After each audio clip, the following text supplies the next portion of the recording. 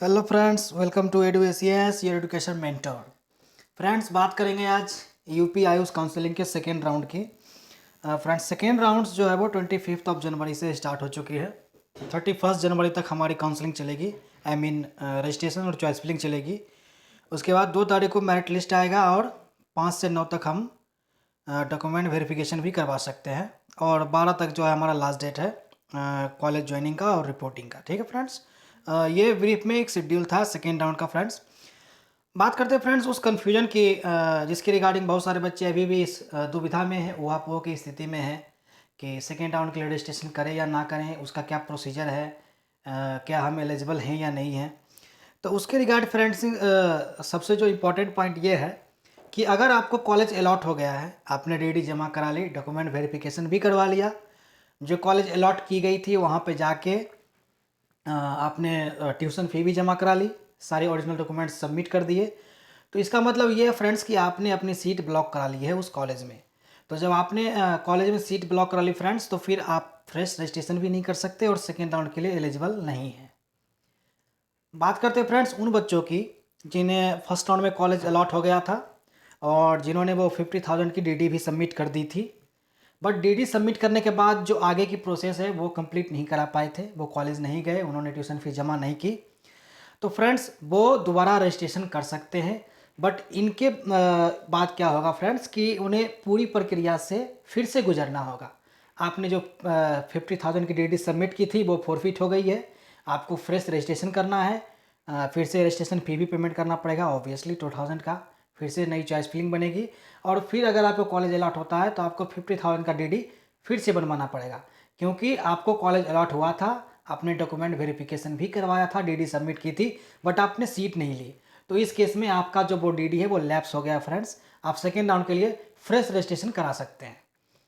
फिर बात करते हैं फ्रेंड्स फर्स्ट राउंड में उन बच्चों की जिन्हें सीट अलॉट नहीं हुई थी, बट जो अपग्रेडेशन का राउंड चल रहा था फर्स्ट राउंड में, उसके बाद कुछ सीटें वैकेंट रह गई थी।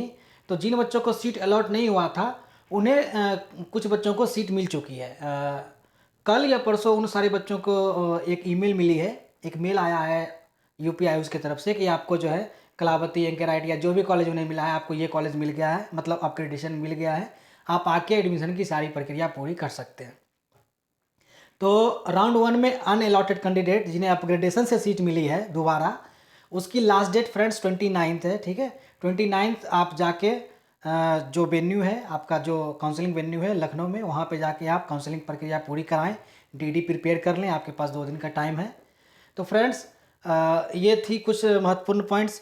दूसरी पॉइंट्स ये भी है फ्रेंड्स कि कुछ बच्चे ये भी क्वेरी आ रही है किन्हीं बच्चों की कि मैंने फर्स्ट राउंड में जो है वो पार्टिसिपेट किया था, मुझे सीट अलॉट नहीं हुआ, ना ही मुझे अपग्रेडेशन मिला, तो क्या मैं दोबारा रजिस्ट्रेशन कर सकता हूँ या फिर मुझे सिर्फ चॉइस फिलिंग करनी है।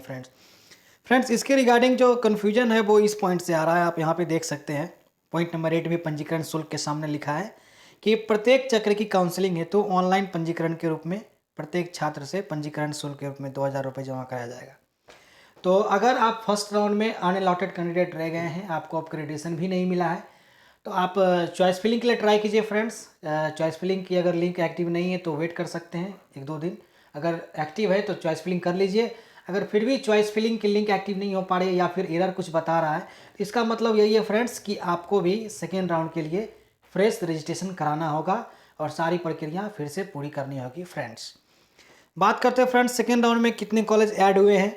तो फ्रेंड्स, फर्स्ट राउंड में हमारे पास टोटल 37 कॉलेज थे, गवर्नमेंट, प्राइवेट और तीनों स्ट्रीम यानी कि आयुर्वेदा, होम्योपैथिक और यूनानी मिला के। सेकेंड राउंड में सिर्फ और सिर्फ एक कॉलेज को परमिशन दी गई है।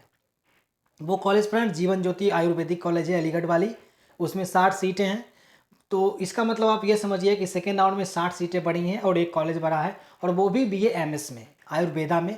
बाकी किसी स्ट्रीम में कोई भी कॉलेज ऐड नहीं हुए हैं सेकेंड राउंड में। अभी तक जो भी अपडेटेड कॉलेज की लिस्ट आई है उसमें सिर्फ एक कॉलेज है जीवन ज्योति का, बाकी किसी कॉलेज का नाम नहीं आया है फ्रेंड्स।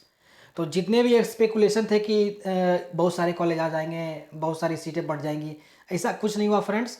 हो सकता है कि मॉपअप में उन कॉलेज को मिले परमिशन कि आप मॉपअप के लिए डायरेक्ट वो काउंसलिंग करा सकते हैं। और बाकी की चीज़ें फ्रेंड्स जैसे जैसे नोटिफिकेशन आती जाएगी पूरा सिनेरियो जो है वो क्लियर होता जाएगा फ्रेंड्स।